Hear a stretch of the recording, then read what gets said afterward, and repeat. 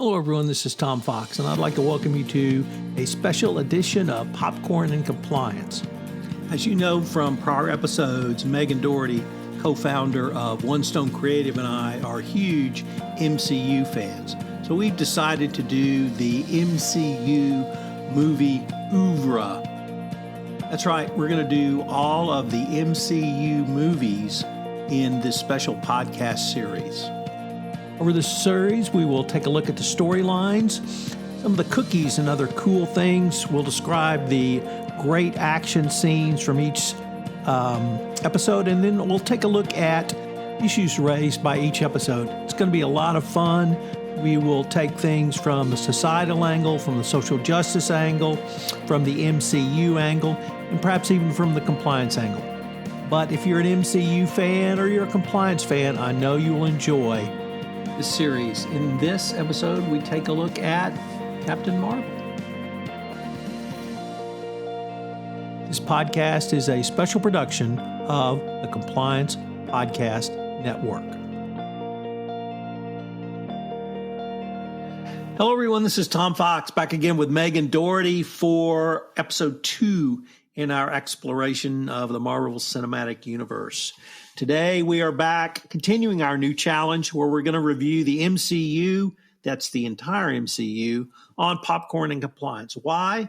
Well, because it's there. And or we're uber geeks. I don't know which. But if you're an uber MCU geek and you want to come on and talk about a pod, or rather a movie on a pod, let us know. We're going to review these films as they appear in chronological order in the MCU timeline, not by release date. So today we are at number 2 with Captain Marvel. So I'm your co-host, Tom Fox. I'm the founder of the Compliance Podcast Network and the voice of compliance. And I'm Megan Dougherty, co-founder of One Stone Creative and a big fan of today's topic, Captain Marvel. So let me go through, give a little synopsis here, Megan. In 1995, on the Kree Empire's capital planet of Hala, Star Force member Vers, who suffers from amnesia and recurring nightmares about an older woman, Jan Rog, who's her mentor and commander, trains to control her abilities, while the supreme intelligence and artificial intelligence that rules the Kree urges her to keep her emotions intact. During a mission to rescue an undercover operative infiltrating the arch enemy of the Kree, this is the Skulls, and they are alien shapeshifters, Vers is captured by the Skrull commander Talos. A probe of Vers' memories leads them to Earth, and Vers escapes and crash lands in Los Angeles, where they have just a hugely fun experience. Her presence attracts S.H.I.E.L.D. agents Nick Fury and Phil Coulson, whose investigation is interrupted by a Skrull attack. Vers recovers a crystal containing her extracted memories. In the ensuing chase, Fury kills a Skrull impersonating Phil Coulson. Talos, disguised as Fury's boss, orders Fury to work with Vers and keeps tabs on her. Using her extracted memories, Vers and Fury go to Project Pegasus installation at a U.S. Air Force base. They discover Vers was a pilot presumed to have been killed in a crash in 1989 while testing an experimental light-speed engine designed by Dr. Wendy Lawson, whom Vers recognizes as a woman from her nightmares. Fury informs S.H.I.E.L.D. of their location, and a hit squad arrives. Fury realizes that Keller is actually Talos and helps Vers escape in a jet with the Lawson stowaway cat Goose. More on Goose later. They fly to Louisiana to meet former pilot Maria Rambeau, the last person to see Vers and Lawson alive. Rambeau and her daughter Monica reveal that Vers is Carol Danvers, who is once like family to them. Talos arrives unarmed and explains that the Skrulls are refugees searching a new home, and Lawson is a Marvel, or was Marvel, a renegade Kree scientist who is helping them.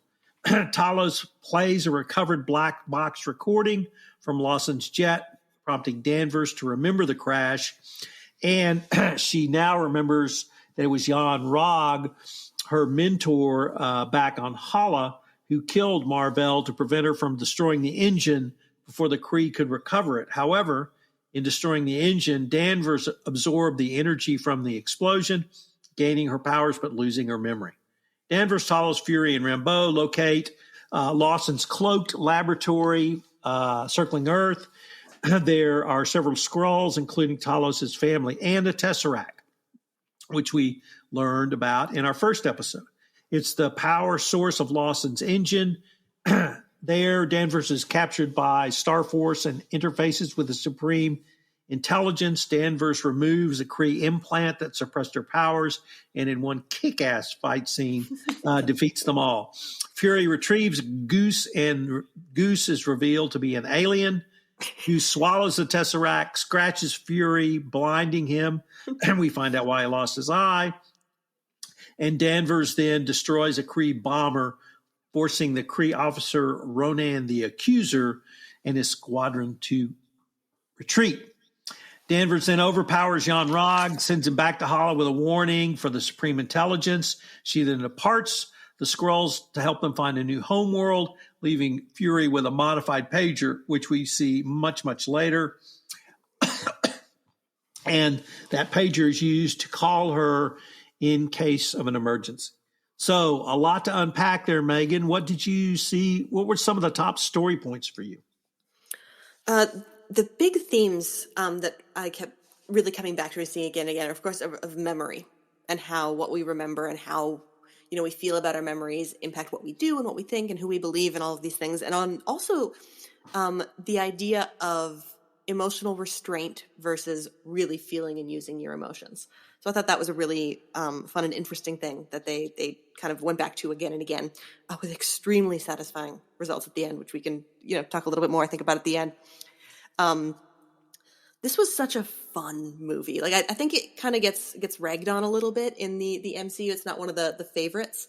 But what a great soundtrack. What great fight scenes. What great graphics. And it's got the MCU sense of humor. I think it's a lot of fun. So they played a lot with, fish out of water for, there's an alien who is on Earth and doesn't understand what a blockbuster is. Absolutely hilarious. Getting to know Agent Fury, the rookie Agent Coulson. All told, I think it was a riot of a film. Just super, super enjoyable to watch. And I'm always here for any superhero, but especially a woman superhero who's just like, oh, I've got superpowers, rad, rather than being all tortured about it. So I think that was great. What about yourself? What were your main plot points, the things you liked the most? Well, sort of like in episode 1, I love action. I love science fiction. And when you can wed those two together, it's always a big plus for me. But there was so much about the backstory as it unfolded. Some of that, as many times as I've watched it, particularly when they went to on the rescue mission, infiltrating the group of Skrulls. That part still is a little unclear to me, but it didn't release or take away from how much I enjoyed the movie.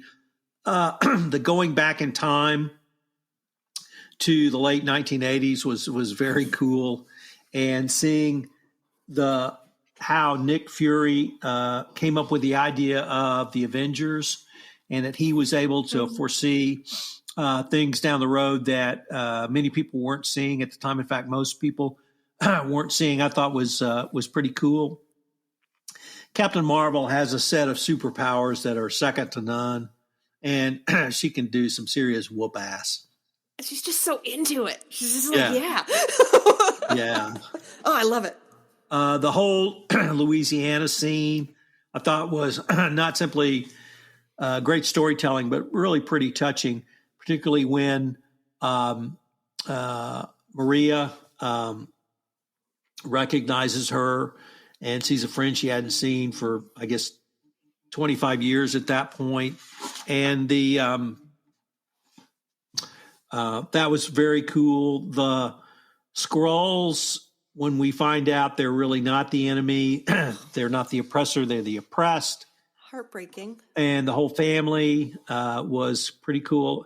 Obviously, when she defeats Jan-Rog, but doesn't kill him, spares him, so she can send him back to the Kree homeworld. Ronan the Accuser is a very, very minor character in the entire MCU, but he is a bad dude. And when you can get him to back off, I think it's always best for the universe. But there were some really cool cookies in this. What were some of your top cookies, Megan? One of the just on I guess the topic of that family and that friendship. So that kind of non-traditional family structure. It was Maria and Carol who they'd become test fighter pilots together. Hugely difficult to do. I love the way they connect with each other. I love that Carol nicknamed little Monica Lieutenant Trouble. That was pretty adorable.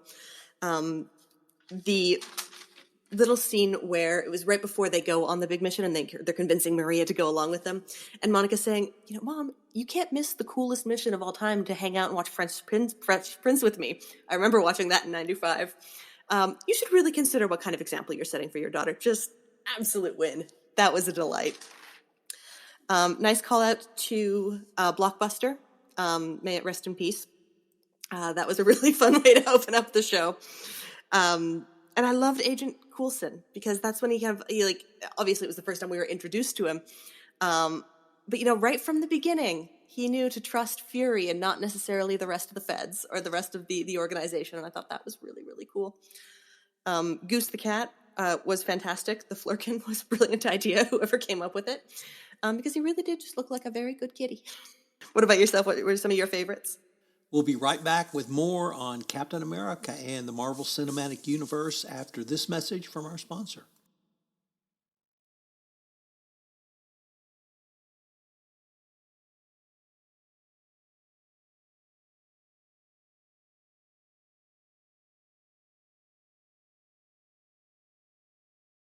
Number one on the list is the shout out to Star Trek. Yes.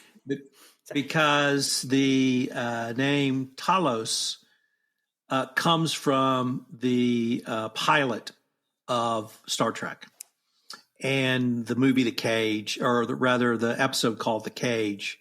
And Talos was the planet where the Talosians lived, where the Enterprise went and they did some Talosian mind tricks on them. And Talos was banned.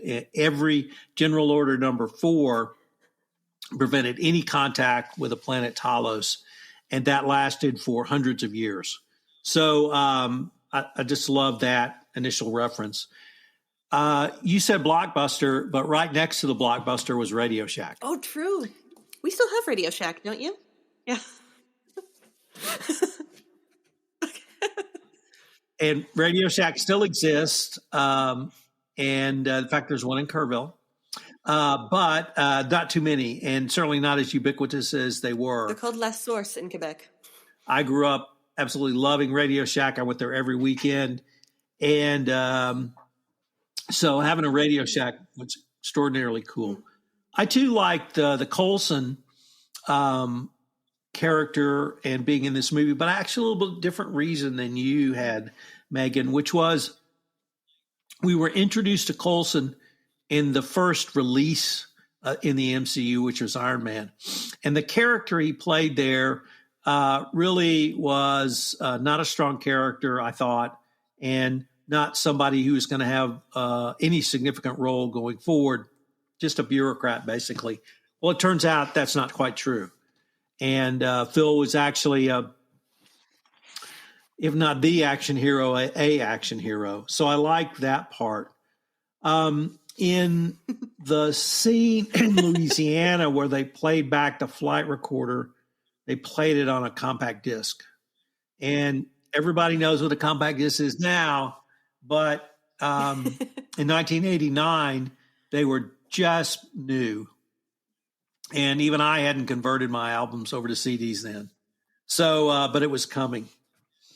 And then the last one, I have to say, it may be my favorite cookie of all time, and that's Ponchos Bar. Ponchos Bar was the bar outside the Air Force Base. And that's where they went when they were going to or I guess Fury met her there. Well, Poncho was a real character. And Poncho had Ponchos Bar. And it was near the top secret U.S. Air Force Base in the California/Nevada desert. And she served all of those flight boys from Chuck Yeager all the way forward, all the test pilots, they all drank at Poncho's Bar. And so I thought that was a huge honor and homage to a character who knew every test pilot literally from the 40s to the 60s, was as big a part of their culture as anyone. A few of us remember her now because of her being written and talked about, but she's a really minor player. And she was a barkeep, and she served up tap beer, and those boys drank that tap beer. So shout out to Poncho, and I loved, and even had pictures of those X-1 planes up on the wall which was, the test of the plane that broke the sound barrier that Chuck Yeager flew in 1948. So I thought that was a very, very cool one. So we had a lot of action. We didn't have really a love interest or love scenes like we had in Captain America, but we did have some pretty tender moments. And for me, Megan, the most tender was when the Skrulls were kind of reunited with their family, particularly Talos, and that whole scene. And we saw a family dynamic there that literally went across the universe. Any of those sorts of poignant scenes for you in this movie as well? Yeah, I think for me, the big one was right at the end. And that's when Ranyog is coming down to finally, I guess, got the final showdown with, Carol Danvers, who's now Captain Marvel. And he starts with, "I'm so proud of you. I knew you could do this. I always thought you had it in you. Now you have to prove yourself to me and fight me one-on-one." And she just blasts him into the mountain. I'm sure not every woman has had the experience of some dude saying, "Oh, I'm so proud. Now do things the way I want you to." But enough of us had that I bet that was a pretty broadly appreciated moment in cinematic history. So that just felt great. Watching it was, I don't have to prove anything to you. Darn right you don't. You just go fly around saving the universe, as you do. So I think that was for me one of the most gratifying moments, and it was nice to see. I think I liked the setup at the end as much as any part of the movie. And I mean, that's straight out of Batman. Well, the bat signal. We're going to put a universal universe bat signal here for you. Well, how will you know when we need you? Well, we've got a light. We've got a flashlight. We got a torch, and we're going to light it. And that was so cool. And then, it was after the credits when they really focused on that. But when she returns and she comes in, and there's a group of the Avengers there, and they were like, "Who are you?" And "I'm the most powerful being in the universe. Who the F do you think I am?" And that was so cool because they had no idea who she was or where she had come from. And, Fury knew all along. Fun fact, Brie Larson, who plays Captain Marvel, that was her first scene, is that meeting of the other Avengers. There was no one in the room when she was filming that. She had no idea who the actor was going to be. So she was actually it was just tape and green screen that she filmed that with. So I thought that was a fun little thing. They kept it quiet, even from her. The other thing, this was the first, certainly MCU movie where the supreme being was artificial intelligence. Mm-hmm. And that's become a little bit more of a storyline in more science fiction movies and television shows. But I'm always intrigued when you have an AI, they typically respond logically and in a logical progression. And usually the humans defeat them because they do something humanish, whether it's stupid, whether it's unexpected or whatever. But here you saw the AI on a very straightforward plan and path, and that, destruction of the earth was going to be next because they were now big enough or dangerous enough. And so I'm always intrigued when the supreme being is an AI and people are blindly following a machine, which would be antithetical to us. But if you'd lived that way for hundreds of years, maybe you think God is a machine. Mm-hmm. Or I didn't get the memo that Skynet is now self-aware and I need to start worrying about that. So I really enjoyed that part of it as well. I also found great humor in the Louisiana scenes, where Danvers finds out about herself and with the line you quoted, you're going to watch Fresh Prince or you're going to save the universe, Mom. Get real. The Danvers Fury relationship was fantastic. Like, they were great. They met as basically equals and then never let that go. I thought they had just such a fun banter between them. That's interesting because I think she's the only one he treats as an equal throughout the series. That could very well be true. She does have photon hands. From Iron Man, Captain America, none of them. Black Widow, none of them. I don't want to say they're the hired help, but they work for him. And even the Hulk or Bruce Banner. That's a great observation. He treated her different. Obviously, because she was the first, but it's also he wasn't or just Nick Fury. He was just, little Nick Fury. Yeah, two-eyed Nick Fury as opposed to one-eyed Nick Fury. So that's a great observation. I'm going to have to now rewatch some at the end with an eye towards the way he interacted with her. So yeah, because they totally have buddy cop things going on. I would watch another movie of just the two of them hanging out, doing stuff. So, Megan, we're now through 2, and it's already been a ton of fun. I can't wait to see what we have next. So, I'm Tom Fox, along with Megan Dougherty, with Popcorn and Compliance, the entire MCU. We'll see you next time. This is Tom Fox. I hope you enjoyed this second episode of the exploration of the Marvel Cinematic Universe with Tom Fox and Megan Dougherty. I'm Tom Fox, founder of the Compliance Podcast Network and the voice of compliance. Megan is the co-founder of One Stone Creative. I hope you will join us again in our next episode where we take up the first release of a movie in the MCU, which was Iron Man, although it's not first in chronological order. Thanks so much for listening. I hope you'll join us again. Popcorn and Compliance is a production of the Compliance Podcast Network.